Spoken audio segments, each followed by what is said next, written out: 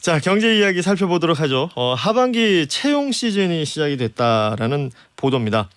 그러니까 뭐 당장 오늘부터 삼성도 신입 공채가 시작이 되고요. 그러니까 취준생들한테 취업이라는 건 뭐 그야말로 일생일대의 중요한 일이 될 텐데 올 하반기 취업 시장 분위기는 어떻습니까? 그동안 워낙에 안 좋았잖아요. 예, 올 하반기에도 안 좋을 전망입니다. 예. 전국 경제인 연합회에서요 여론조사를 통해서 매출액 기준으로 500대 기업에게 조사를 했는데요. 이 10곳 중에 6곳에서 하반기에 대졸 신규 채용 계획이 없거나 미정인 것으로 나타났습니다. 네. 신규 채용 계획이 있는 기업조차도 그중에서 채용 규모를 늘리겠다고 밝힌 기업은 아주 소수에 불과했고요. 대부분 전년 대비 채용 규모를 비슷한 수준으로 유지하겠다고 답을 했습니다.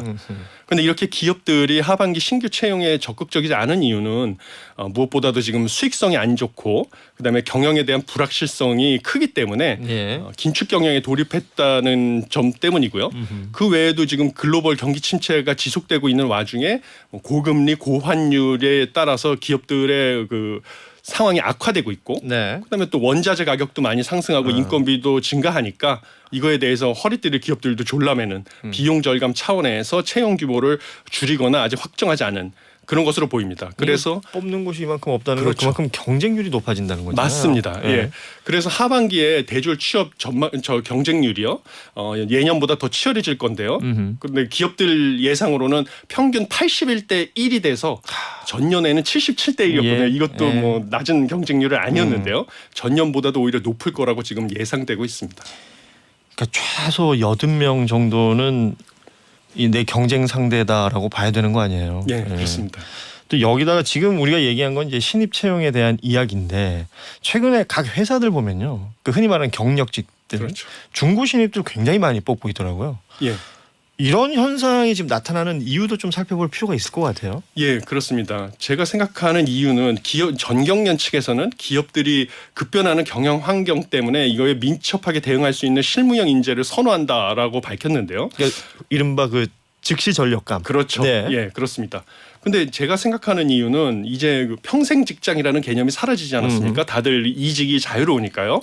그래서 기업들 입장에서는 원래는 신입 직원을 뽑아서 그 직무 교육을 시켜가지고 업무 능력을 끌어올리는데 많은 투자를 했었거든요. 그렇죠. 그런데 이제는 평생 직장이 아니니까 그런 신입 직원들이 교육을 받고 또 언제든지 이직을 할 수가 있단 말이죠. 그래서 지금 경기 상황도 안 좋은데 이런 신입 직원 교육에 큰 비용을 투자하기보다는 오히려 경력직을 채용하는 것이 기업들의 비용 절감 측면에서 유리하다고 판단해서 이런 식으로 채용 패턴이 달라진 것으로 보입니다.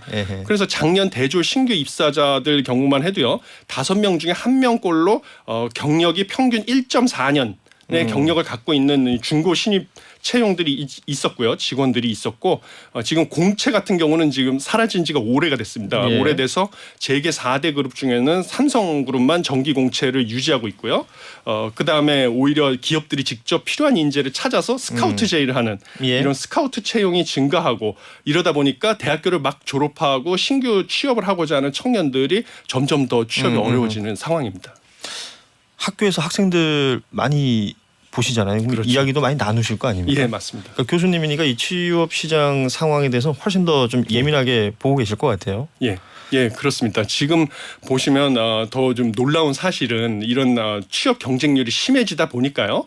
오히려 그 취업을 포기하는 졸업생들도 많아지고 있습니다. 그래요? 청년들도. 예. 예, 그래가지고 지금 보면 그냥 쉰다라는 말한 청년이 이 청년이라고 하면 15세에서 29세인데요. 예. 지금 무려 40만 명에 달한다. 그래서 원래 통계청 발표에 따르면요.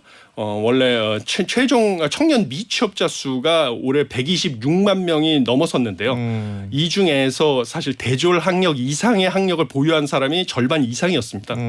그리고 이 중에서 뭘 했냐고 물어봤더니 적극적으로 구직 활동이나 자기 개발을 한 것이 아니고 그냥 집에서 쉬었다라고 응답하는 사람들이 4명 중에 1명꼴이었거든요. 예. 그래서 지금 학업이나 취업 준비 등의 활동이 없이 단순히 쉬고 있는 청년, 이것 경제활동 인구조사 결과에 따르면 이게 40만 명이나 이런 청년들이 달하는데 그 참 예, 이걸 갖다가 신조어까지 나왔습니다. 니트족이라고 하는데요.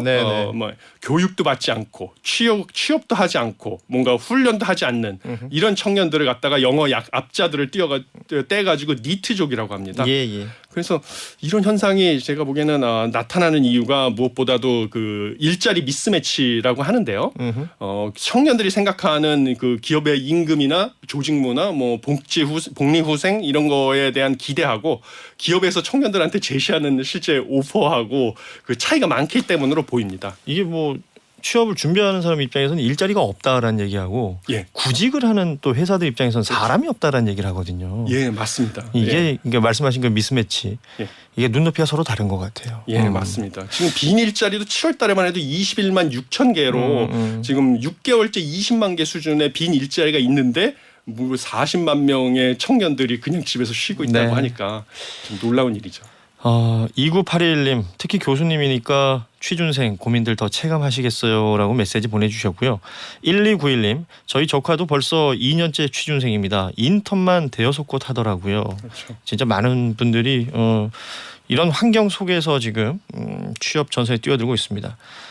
권기환님은 중고 신입과 경력은 다르죠라고 해주셨는데 그러네요. 예. 9901님 저희 회사도 사람은 안 뽑아서 기존 직원들은 더 힘들어요. 악순환으로 보입니다. 기업, 취준생 모두 눈높이가 높아요. 김동준님은 중소기업은 아직도 사람이 부족하다는 거죠. 대학 나오고 하다 보니 눈이 높아진 것 같습니다. 거의 뭐 비슷한 평가들과 이 환경들을 느끼고 계신 것 같습니다. 자 다음 경제 이슈 보죠.